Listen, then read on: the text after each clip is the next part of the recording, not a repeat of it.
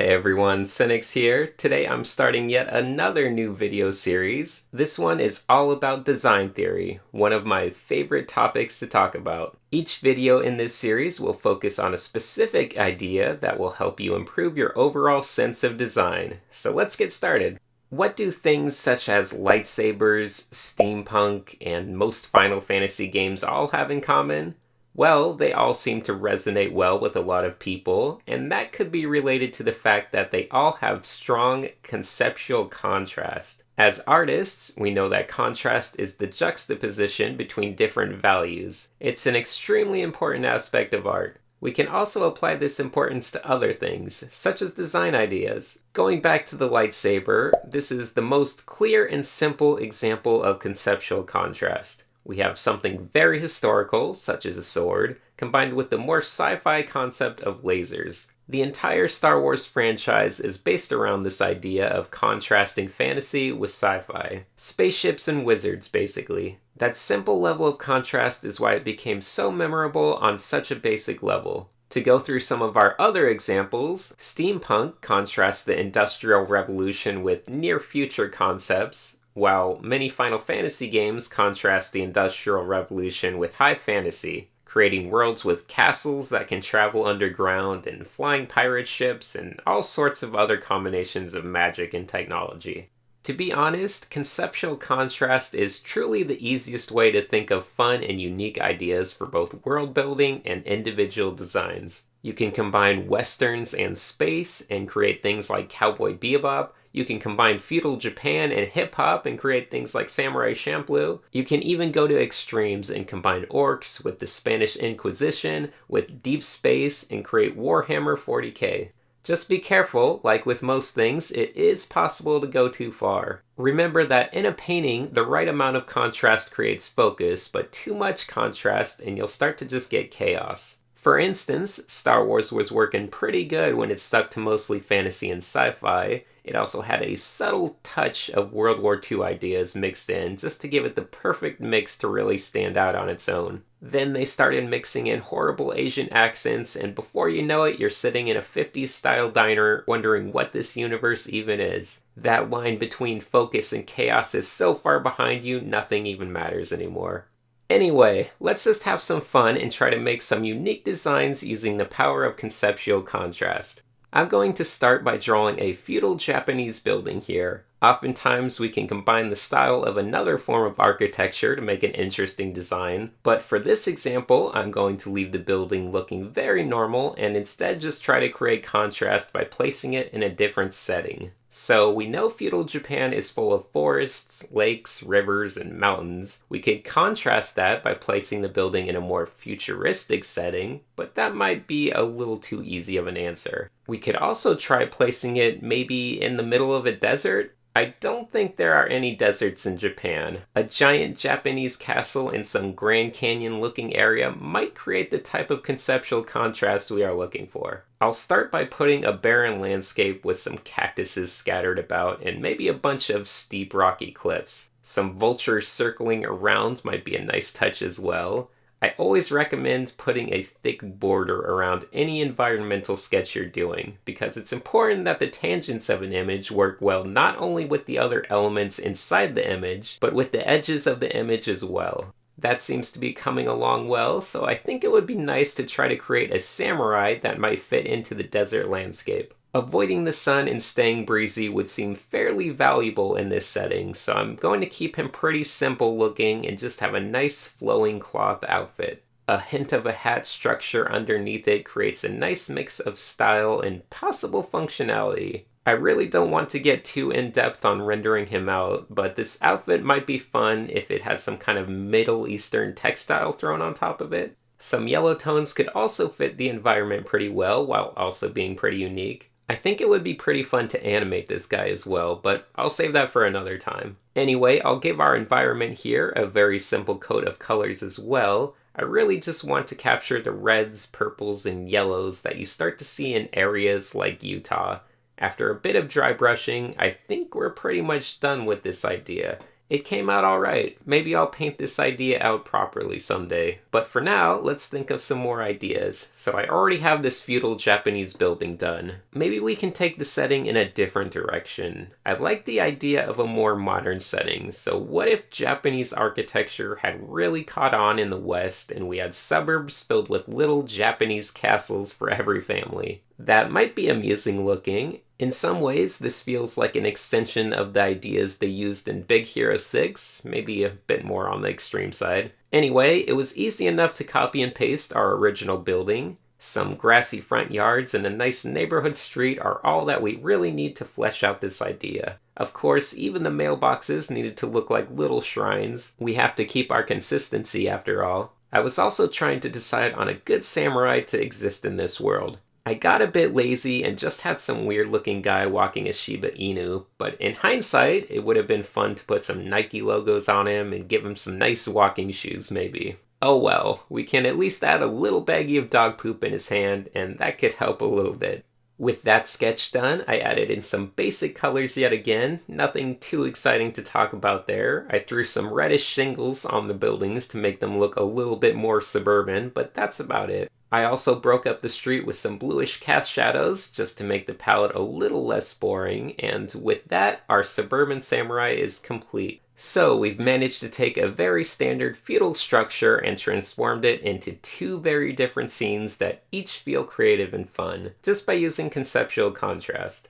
There are still tons of other ways to apply this idea, so I'm going to keep the example train rolling. You can even use scale as your contrasting factor. If I were to draw, say, a flower, you might associate them with being relatively small. But if I take that same flower and make it giant, it instantly becomes a bit more fantastic and memorable. It's not the most amazing example, but taking something we associate with being a certain size and then contrasting that by scaling it completely differently can be a good way to generate ideas. I feel like that might be easy mode though, so let's try to think of something more unique again.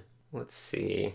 Let's try designing a character using conceptual contrast. A Viking might be a fun experiment. There's a lot of fun things you could probably contrast a Viking with, but I think I will try to do a Cyberpunk Viking. Cyberpunk itself could be considered a form of conceptual contrast, but I think it's become fairly standard. So let's see, what should we do with our Cyberpunk Viking? I think we'll focus mostly on dress up. His body shape and hair are going to be pretty standard, but instead of holding axes and whatnot, let's try giving him some Uzis. That type of weapon always feels like it's made for Cyberpunk. As for his outfit, I don't know, highly geometric eyewear feels like a must. His whole outfit needs to be a lot of clear plastic, bright neon colors, and general casualness. He can even have a giant battery backpack thing to power all of his cool hacker gear. I think this guy is ready to party, so I'll throw on the colors and give him some sort of holographic display interface as well.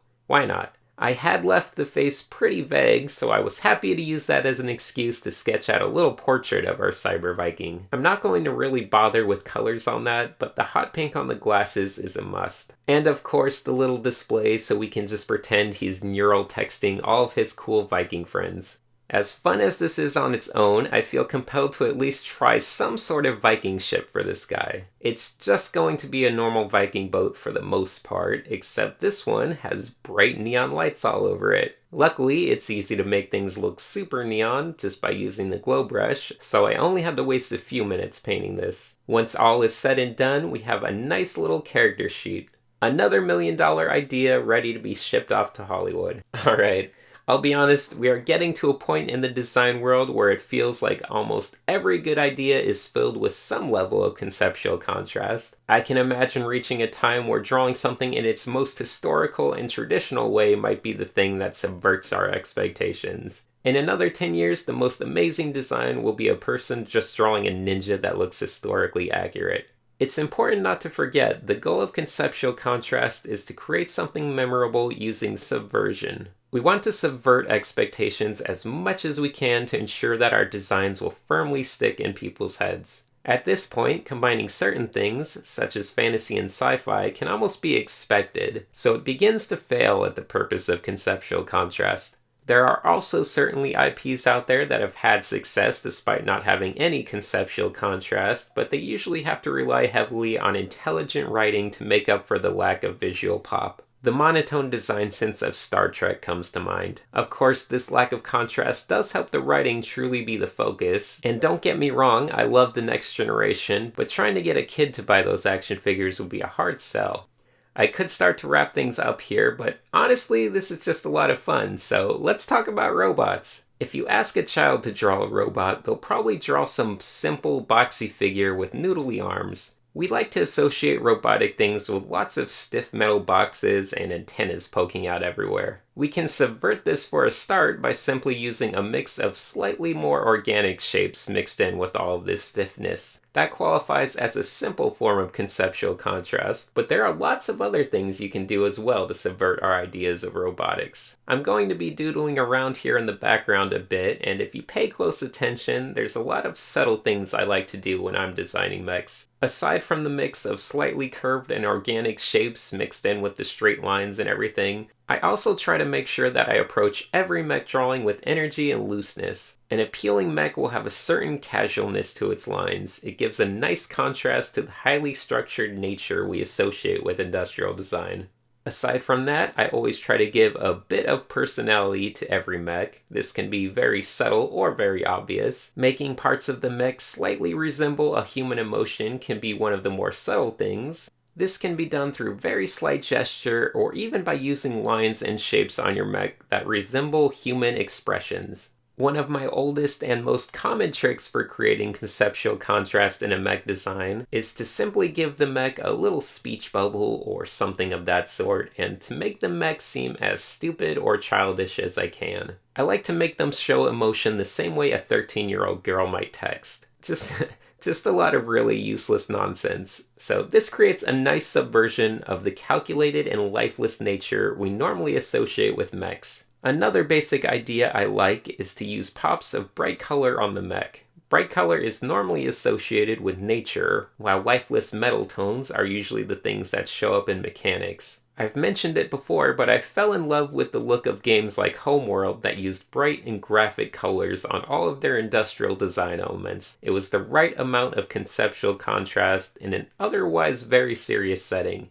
The idea of using bright graphical patterns and colors on spaceships really took off in the 70s, and it's an amazing way to liven up mechanical designs. I decided to bring back a Middle Eastern textile pattern again with this mech, just for the sake of trying something I don't normally do. It also provided a lively palette to use for everything else in the mech, so I got all of these nice yellow and blue tones. Overall, I think it's okay, but I think I would have preferred to be even more graphical. Alright, I have just one more piece of art for you guys. I gave myself the goal of making a tree with good conceptual contrast. Trees are often associated with life and happiness, so how can I contrast that? I could go for something non-organic, but I think it might be more interesting to make something more horrible than that. Sometimes the best contrast is not in the opposite direction, but instead taking everything to the twisted extreme of its current direction. So the meat tree is born, a tree made of nothing but flesh and bone. There's a lot of places you can go with the idea of a meat tree. Should it have bones inside? Just how fleshy should it be? I consulted with Bob Meatbag briefly, and he assured me that the meat tree should definitely be more meat than bone. So here we are, turning something pleasant into something truly nightmarish. The more you think about it, the worse it gets, really. I guess every branch should probably have some sort of armpit under it. There's definitely going to be lots of moles and stray hairs everywhere. I had made the girl there just to give us some sort of context point for the scale and also the creepiness of it all, but maybe she was lost in the woods and just stumbled upon this horrible thing. I had imagined each little branch forming like long twisted fingers, branching off of themselves and getting smaller and creepier as it goes. I hope one of you winds up having some horrible dreams about this thing. Just imagine trying to cut this thing down, all of those veins and buckets of blood everywhere. It's horrible. Better yet, imagine this thing getting a sunburn. What a horrible life Mr. Meatree must have. The hardest decision was figuring out what the equivalent of leaves might be. Theoretically, I guess you could just have hair everywhere, but I'm not sure even I could stomach that. Let's just have it be a bunch of hanging skin, and I'm not actually sure if that's any better or not. Alright, well, I've rendered this one out much further because how could I not? And I decided to place everything on separate layers for reasons which will become apparent shortly, but the hanging skin was definitely a tricky part for me. I decided to just block out areas and then lock the transparency and start glowing them up on the multiply layers setting. It's all very complicated, but this created a nice transparent feeling that I could add more veins to at least. Although the colors I had just did not quite look right, so I did have to go back and add secondary layers underneath each of them and then really fine-tune them. It's still far from perfect, but here's the finished result. I hope you enjoy it, and I do hope you had a good time watching this video. I plan to go over many more aspects of design in the future. Most of these videos probably won't be this long, but I just really love making dumb ideas. Be sure to start contemplating contrast in all of your concepts. You don't have to use it, but it can at least be a wonderful mental exercise. Alright, I would like to give a big thank you to all of my Patreon supporters. You guys are helping to keep the meat trees alive. Okay, see ya everyone.